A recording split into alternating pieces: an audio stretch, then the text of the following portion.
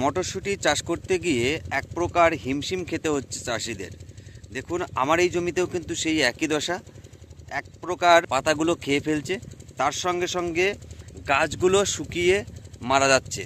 এবং এর পাশাপাশি গাছে দেখবেন, আপনি একটা তুলে দেখবেন যে শেকড়ের পরিমাণটা কিন্তু অনেকটাই কম, অর্থাৎ গাছের কিন্তু শেকড় সেইভাবে কিন্তু নেই।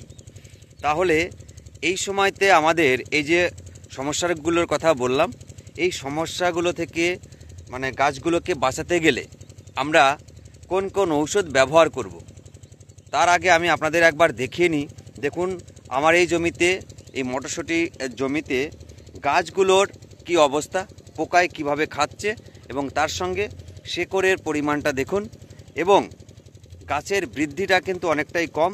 একবার আপনাদেরকে তুলে ধরি সমস্ত কিছুই, যে গাছের এই মুহূর্তে কন্ডিশন কেমন যাচ্ছে, তারপর বিস্তারিতভাবে আপনাদের সমস্ত কিছুই তুলে ধরবো। আমি অমৃত, আমার ইউটিউব চ্যানেল কৃষি সামগ্রী আপনাদের প্রত্যেককে স্বাগত জানাই। মটরশুঁটির জমিতে প্রচুর হারে ঘাস হয়েছিল, সেই ঘাসগুলো নিড়ানোর কাজ চলছে। একদিকে দেখুন আমি দেখাই, তো এই নিড়ানোর পাশাপাশি কিন্তু আজকেই আমার ওষুধ দেওয়ার কথা এবং আমি আজকেই ওষুধ দেবো। দেখুন ঘাস প্রচুর হারে বেরিয়েছিল, তবে কোনো প্রকারের ঘাস মারা ঔষধ ব্যবহার করা হয়নি। কারণ ঘাস মারা ওষুধ যদি আমরা ব্যবহার করে থাকি তাহলে গাছের মানে ক্ষতি খুব একটা না হলেও কিছুটা কিন্তু দুর্বল হয়ে যায়।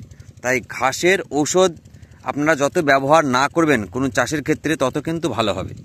তো দেখুন আমি যে বিষয় নিয়ে আজকে আপনাদের মাঝে তুলে ধরবো, এই যে দেখুন, এই যে এই গাছটা দেখুন, দেখতে পাচ্ছেন কিভাবে পোকায় দেখুন খাচ্ছে, এই দেখুন পাতাগুলোর কি অবস্থা।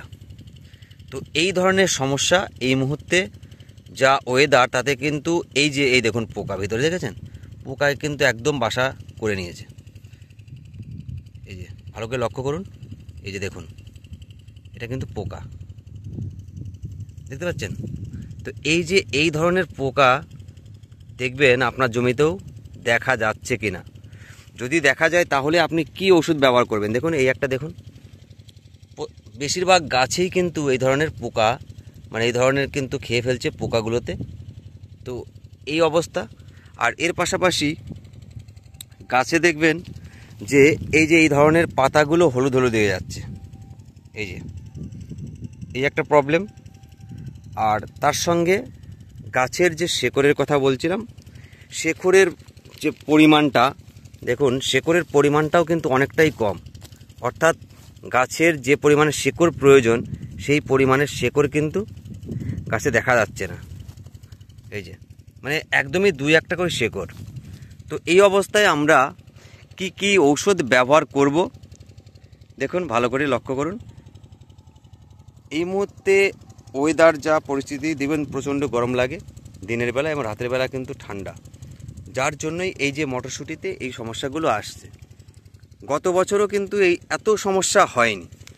দেখুন আমি আর একটা দেখাই, এই দেখুন, দেখুন গাছগুলো একদম পুরো পাতাগুলো একদম পাপড়ের মতো হয়ে গেছে।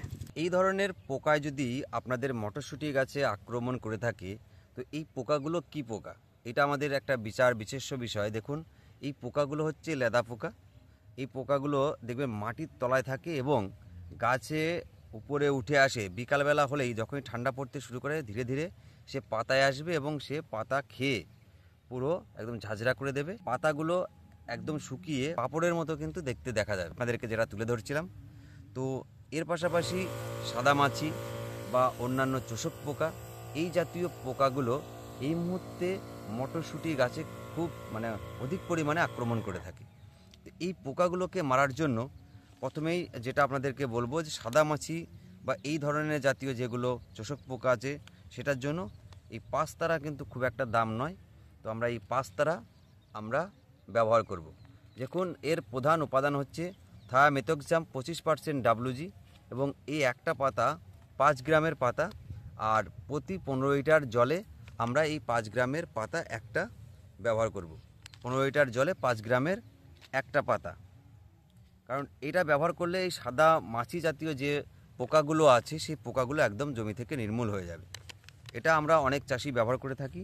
আর এর পাশাপাশি আমি বেগুন চাষের ক্ষেত্রেও ব্যবহার করেছিলাম এবং অন্যান্য সবজির ক্ষেত্রেও এই প্রচণ্ড বলে যেটা আছে, যেটা হচ্ছে বায়ো আপনার কীটনাশক যেটাকে আমরা বলতে পারি, এইটা যদি আমরা ব্যবহার করতে পারি এটা কিন্তু দারুণ কাজ হয়।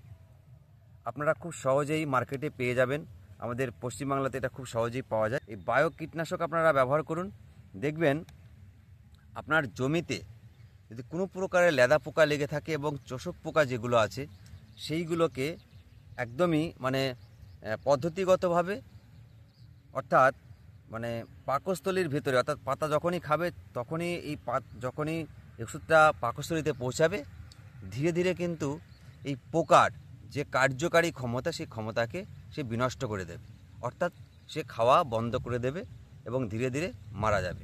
সমস্ত ধরনের পোকাই একদম নির্মূল করে দেবে আপনার জমি থেকে। এছাড়াও যখনই পোকার সংস্পর্শে আসবে ওষুধটি, পোকা তৎক্ষণাৎ কিন্তু মারা যাবে। তো এই জন্য আমরা এই প্রচণ্ড যে ওষুধটা, এইটা আমরা এই মুহূর্তে ব্যবহার করব। আমি নিজেও জমিতে ব্যবহার করেছিলাম এবং এখনও ব্যবহার করছি, আপনারা চাইলে এটা ব্যবহার করতে পারেন। তবে এটা আপনারা ব্যবহার করবেন, দেখবেন এটা 50 ml এর পাওয়া যায়, 50 ml এর কৌটা, এটা 50 ml আছে দেখুন। তো এই 50 ml এর কৌটা আমরা 2 ড্রাম করব, অর্থাৎ 15 লিটার জলে 25 ml করে তারপর স্প্রে করব। এই যে ওষুধ, পোকার ওষুধের ক্ষেত্রে কিন্তু আমরা সবসময় মাথায় রাখবো যে বিকালবেলা করে স্প্রে করব, কারণ পোকাগুলো এই যে বলছিলাম যে ধীরে ধীরে কিন্তু মাটির তলা থেকে বেরিয়ে আসে এবং তারপর পাতাগুলোয় লেগে পাতাগুলোকে খেতে শুরু করে। তাহলে বিকালবেলা করে যখন ঠান্ডা ঠান্ডা ভাব আসবে সেই সময় যদি আমরা ব্যবহার করতে পারি তাহলে কিন্তু একদম 100% আপনি কার্যকারিতা পাবেন। তাহলে আমরা পোকার জন্য প্রচণ্ড আর এই পাঁচতারা দুটো একসঙ্গে ব্যবহার করব। আর এর পাশাপাশি এই যে গাছগুলো শুকিয়ে মারা যাচ্ছে, গাছগুলো দেখবেন এক প্রকার ছত্রাক দ্বারা কিন্তু আক্রান্ত হয়েছে এবং যার ফলে গাছগুলো শুকিয়ে যাচ্ছে এবং শেকড়টাও ধীরে ধীরে পচে যাচ্ছে। সেই ক্ষেত্রে আমরা এই যে রিডোমিল গোল্ড আছে, এই রিডোমিল গোল্ড দেখুন, এই যে এখানে 50 গ্রামের পাতা, একটা পাতা 15 লিটার জলে আমরা ব্যবহার করব। দেখুন এর যে টেকনিক্যাল, অর্থাৎ এর যে উপাদানগুলো রয়েছে, একটা হচ্ছে মেটালাক্সিল M 4%, মেটালাক্সিল M 4% এবং ম্যানকোজেব 64% WP, অর্থাৎ এটা একটা পাউডার জাতীয় ছত্রাকনাশক এবং সিনজেন্টা কোম্পানির খুব নামকরা কোম্পানি, এবং এর কাজও অন্যান্য ওষুধের থেকে দারুণ কিন্তু এর ফলাফল আমরা দেখেছি। তো এটা আমরা ব্যবহার করতে পারি। এটা সিস্টেমিক এবং কন্ট্যাক্ট ফাঙ্গিসাইড, মানে পদ্ধতিগতভাবে কাজ করে এবং মানে গাছের ভেতরে ঢুকে কাজ করে এবং উপর থেকেই, অর্থাৎ গাছে যখন স্পর্শে আসে তখন থেকেই কাজ করা শুরু করে দেয়। তাহলে এটা আমরা এই 50 গ্রামের পাতা প্রতি 15 লিটার জলে একটা করে ব্যবহার করব। তবে কীটনাশকের সঙ্গেও আমরা এটা ব্যবহার করতে পারি, কোনো প্রকারের সমস্যা আসবে না। এবার ফাঙ্গিসাইডের পাশাপাশি আমাদের গাছগুলোকে আমি যেটা দেখাচ্ছিলাম যে শেকড়টা অনেকটাই কিন্তু কম দেখতে পাওয়া যায় এই মটরশুঁটি গাছের ক্ষেত্রে। তো শেকড়গুলোকে বাড়াতে গেলে আমাদের, মানে গাছের শেকড় বাড়াতে গেলে আমাদের এই যে শেকড় বৃদ্ধির যে ঔষধ সেটা ব্যবহার করা খুব প্রয়োজন এই এখনই, কারণ এর পরে যখন ফুল আসবে, ফল আসবে, সেই মুহূর্তে ওষুধ শিকড় ছাড়ার জন্য ওষুধ ব্যবহার করা আর এই মুহূর্তে বাচ্চা অবস্থায় শিকড় বৃদ্ধির ক্ষেত্রে অনেকটা কিন্তু পার্থক্য লক্ষ্য করা যায়। তাহলে আমরা শিকড় বৃদ্ধির ক্ষেত্রে কোন ওষুধ ব্যবহার করব?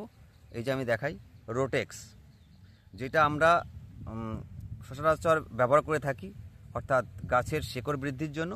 রোটেক্সের মধ্যে যে উপাদানগুলো রয়েছে দেখুন, হিউমিক অ্যাসিড রয়েছে 85%, ফুলবিক অ্যাসিড রয়েছে 4.5% অর্থাৎ 4.5% এবং রুটিং হরমোন রয়েছে। তাহলে এই যে শিকড় বৃদ্ধির ক্ষেত্রে এবং গাছের যে গ্রোথ, যে বনস্পতি বৃদ্ধি, সেই বৃদ্ধির ক্ষেত্রে এই হিউমিক অ্যাসিড খুব ভালো কাজ হয় এবং তার সঙ্গে ফুলবিক অ্যাসিডেরও দারুণ কাজ, এবং রুটিং হরমোন যেটা রয়েছে শিকড় বৃদ্ধিতে তো দারুণ কাজ করবে। তাহলে এই তিনটে উপাদান রয়েছে রোটেক্সের মধ্যে, তাই আমরা এই রোটেক্স ব্যবহার করব প্রতি 15 লিটার জলে 10 গ্রাম। দেখুন এই পাতাটা 10 গ্রামের পাতা, তো এটা আমরা প্রতি 15 লিটার জলে ব্যবহার করব। তাহলে গাছের বৃদ্ধি আপনি দেখতে পাবেন 10 থেকে 12 দিনের মধ্যে গাছের বৃদ্ধি কেমন আসছে। আপনারা এটা ব্যবহার করুন। আর তারপরে এর পরবর্তীতে মটরশুঁটিতে আমরা কোন চাপান সার ব্যবহার করব সেটাও আপনাদের মাঝে তুলে ধরব। আর আজকে এইটুকুই আপনাদের মাঝে জানানোর ছিল যে যদি গাছের এই প্রবলেমগুলো আসে কি কি ব্যবহার করবেন।